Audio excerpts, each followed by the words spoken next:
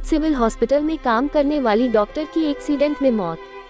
Moped पर सोते समय ब्रेन हेमरेज, इलाज के दौरान मौत हो गई। वह 11 महीने से सिविल में डॉक्टर के तौर पर काम कर रही थी। शेफाली आशीष तलेगर, उम्र 26।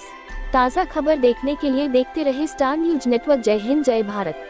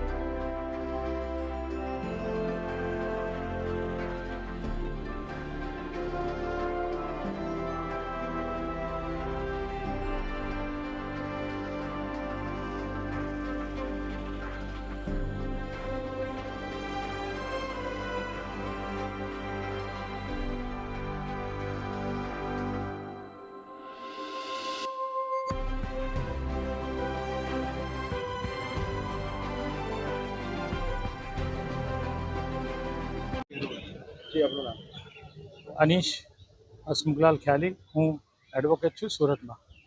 સર, શું ઘટના બની હતી, ક્યારે બની હતી અને ઘટનાનું શું કારણ?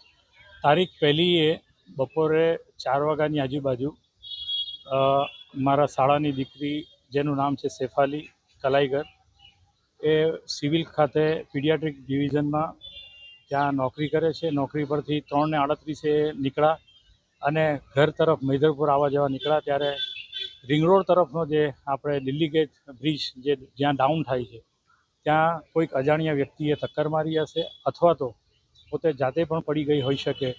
એ કોઈ પણ સીસી કેમેરામાં કોઈ જગ્યાએ આ ઘટના આવી નથી અને ત્યાં પડી જવાથી કે એને ટક્કર લાગવાથી એક્સિડન્ટ થયું છે અને એને માથામાં હેમરેજ થયું, જેના કારણે એને પ્રાથમિક સારવાર માટે સ્મીમેરમાં લઈ જવામાં આવેલા અને ત્યાર પછી આઈએનએસ હોસ્પિટલ ખાતે સારવાર કરવામાં આવેલી અને ગઈકાલે રાત્રે એમનું દેહાંત થયું। સુરત સિવિલ હોસ્પિટલમાં કેટલા વર્ષોથી ડ્યુટી કરે છે?